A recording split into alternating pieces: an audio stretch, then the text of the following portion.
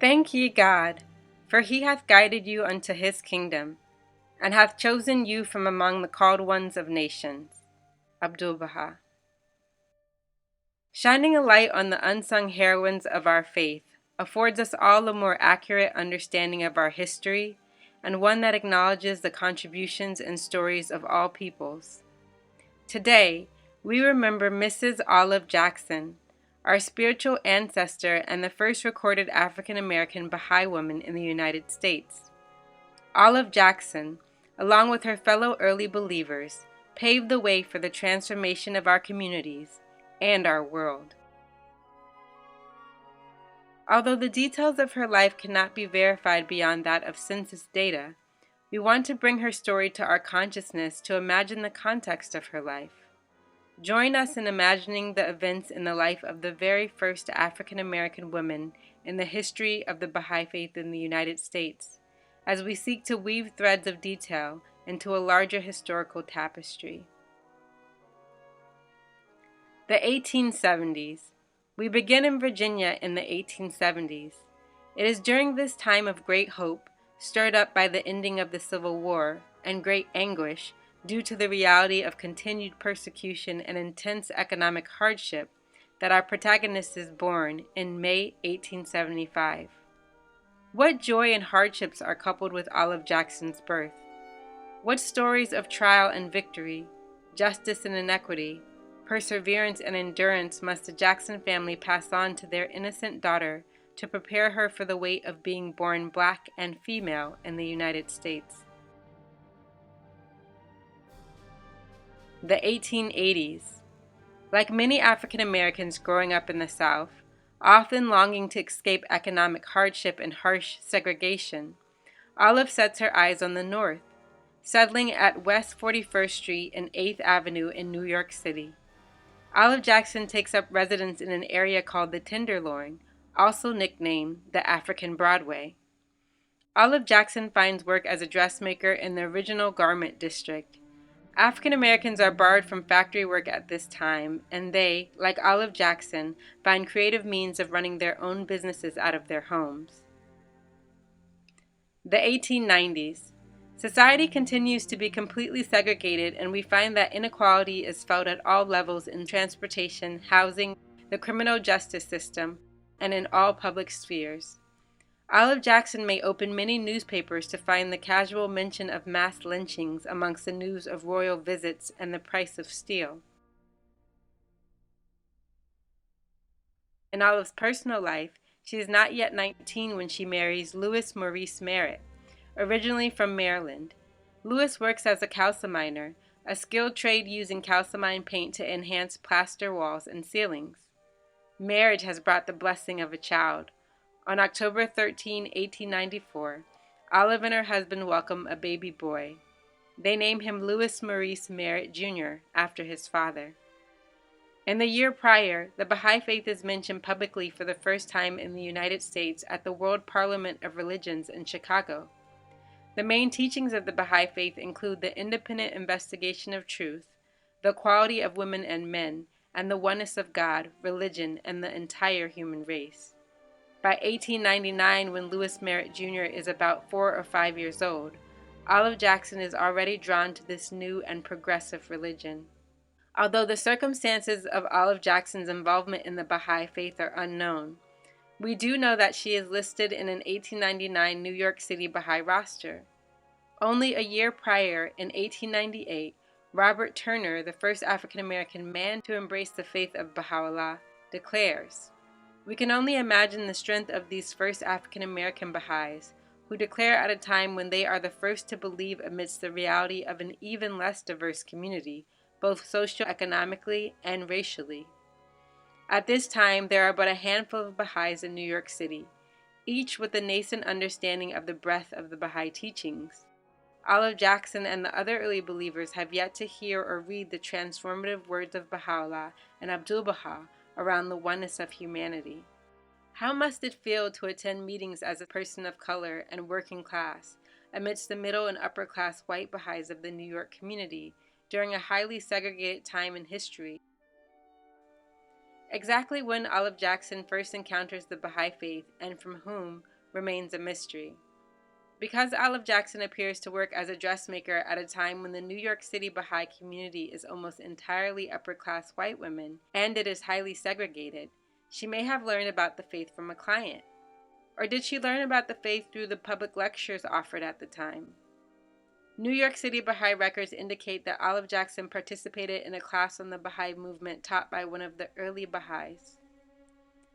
However subtle or staggering the circumstances, we know it is by no accident that Olive Jackson was drawn to such a new and transformative religion. Abdu'l-Baha articulates the special nature of this blessed acceptance.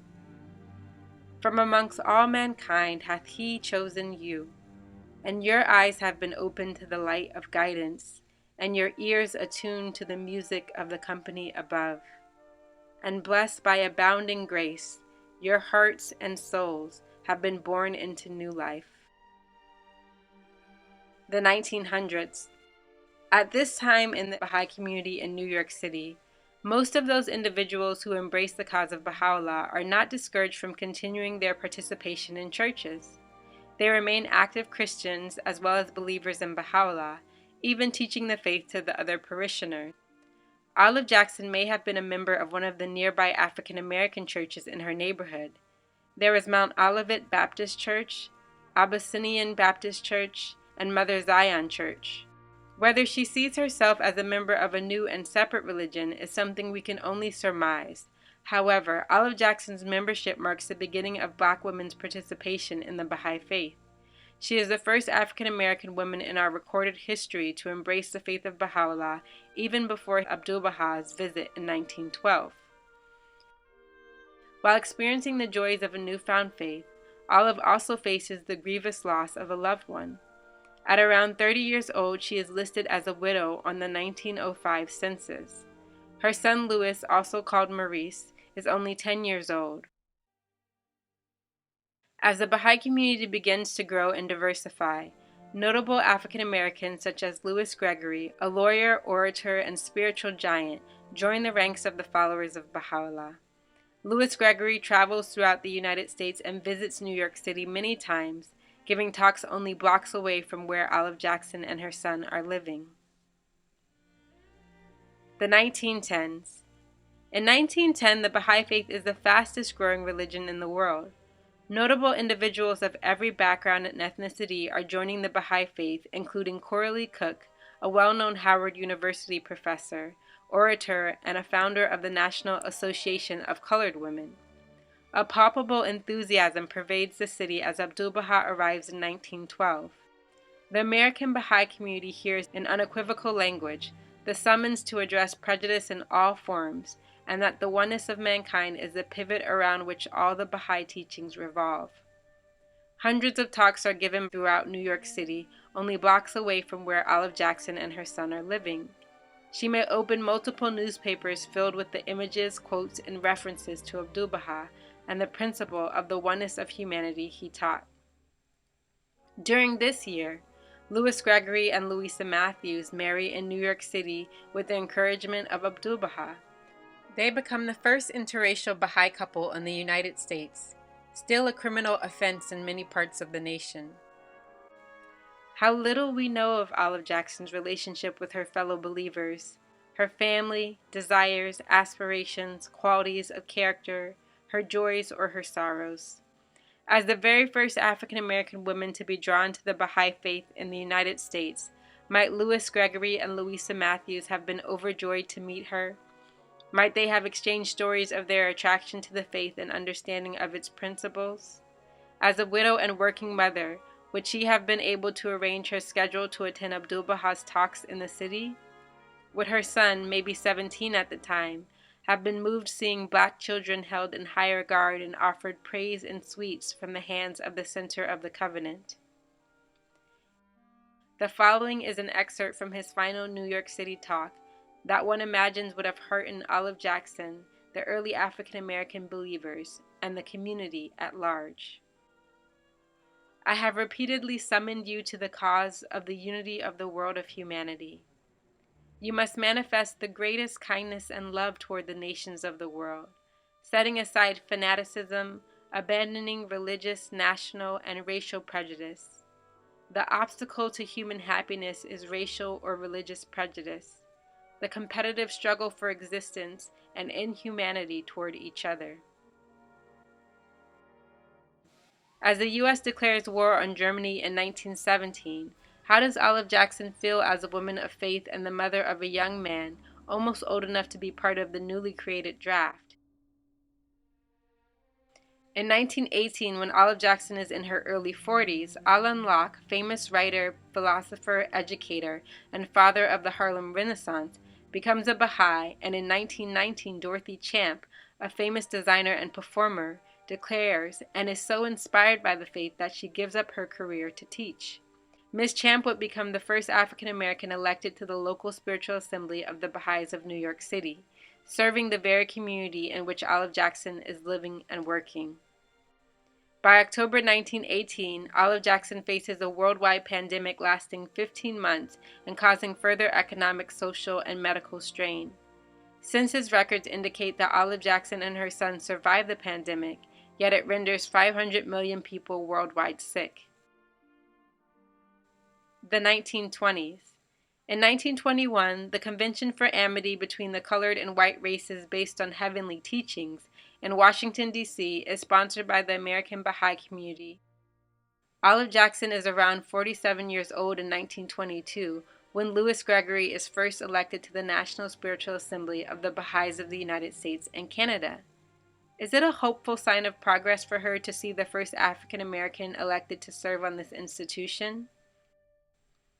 What strength and pure-heartedness did Nina Du Bois, Dorothy Champ, Olive Jackson, and other African American women share that allowed them to set their sights on a world-embracing vision of unity? We do not know the exact date or place of Olive Jackson's passing, where she was put to rest, whether she received a Baha'i funeral, or whether she was interred in a church cemetery. Little is known about her husband, Louis Murad, or their son, Maurice. What is apparent is that Olive Jackson and the Baha'i women who follow find themselves in the midst of significant societal change. For generations after, Black women continue to be strong leaders in families, communities, and on Baha'i institutions. In the words of Dr. Gwendolyn Eder Lewis, Jackson and the women who followed dramatically changed the scope and diversity of Black women's influence when they became members of a religion that placed issues of race and gender at the core of its doctrine. These women redefined Black womanhood in the context of Baha'i spiritual principles, designed to forge an organic unity among all people and to foster new venues for Black women's religious leadership.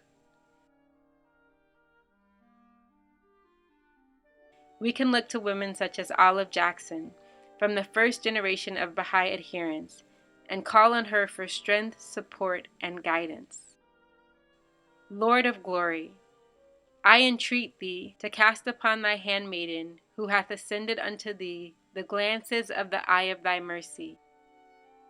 Cause her to dwell in a blissful abode, heal her griefs with the balm of thy reunion, and, in accordance with thy will, grant her admission to thy holy paradise. Abdul Baha.